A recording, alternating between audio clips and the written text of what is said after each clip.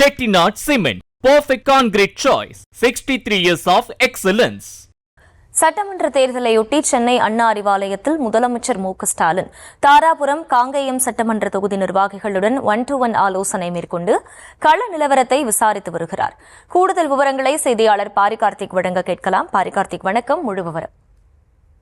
வணக்கம். 2026 சட்டமன்ற தேர்தலுக்கான பணிகளை திமுக துவங்கியிருக்கும் நிலையில் 2021 சட்டமன்ற தேர்தலின் போது தோல்வியடைந்த தொகுதிகள், 2024 நாடாளுமன்ற தேர்தலின் போது குறைவாக வாக்கு பெற்ற சட்டமன்ற தொகுதிகள் என கணக்கிட்டு முதற்கட்டமாக அந்த தொகுதியுடைய நிர்வாகிகளை முதலமைச்சர் அவர்கள் சந்தித்து வருகிறார். அப்போது தொகுதியில் இருக்கக்கூடிய உள்கட்சி பிரச்சனையை சரி செய்து அனைவரும் ஒற்றுமையுடன் பணியாற்ற வேண்டும் என்றும், அரசினுடைய சாதனை திட்டங்களை பொதுமக்களிடம் எடுத்து செல்லும் வகையில் அனைவரும் ஓரணியில் தமிழ்நாடு என்ற முன்னெடுப்பில் வீடு வீடாக சென்று 1-to-1 என்ற அடிப்படையில் தனித்தனி வாக்காளர்களை சந்தித்து அவர்களுடன் பேச வேண்டும் என்றும், தொடர்ச்சியாக அரசினுடைய சாதனை திட்டங்களை துண்டு பிரச்சாரங்கள் உள்ளிட்ட மூலமாக சென்னை பிரச்சாரங்களாக செய்ய வேண்டும் என்றும் முதலமைச்சர்கள் அறிவுறுத்தியிருக்கிறார். அதன் அடிப்படையிலே அங்கு இருக்கக்கூடிய உள்கட்சி பிரச்சனையை சரி செய்து அனைவரும் ஒற்றுமையுடன் வருகின்ற தேர்தலில் 200 தொகுதி இலக்கு என்ற அடிப்படையில் அனைவரும் பணியாற்ற வேண்டும் என்றும்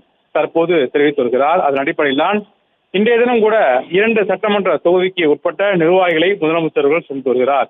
மேலும் ஏற்கனவே இதுவரை கிட்டத்தட்ட 46 நாட்களில் 105 சட்டமன்ற தொகுதியுடைய நிர்வாகிகளை முதலமைச்சர்கள் சந்தித்த நிலையில் இன்றைய தினம் 2 தொகுதி தாராபுரம் மற்றும் காங்கேயம் என இந்த 2 சட்டமன்ற தொகுதியினுடைய நிர்வாகிகளை முதலமைச்சர்கள் சந்தித்து வருகிறார்.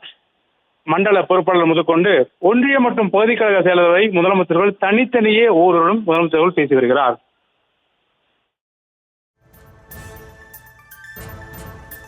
விவரங்களுக்கு நன்றி பாரிகார்த்திக்.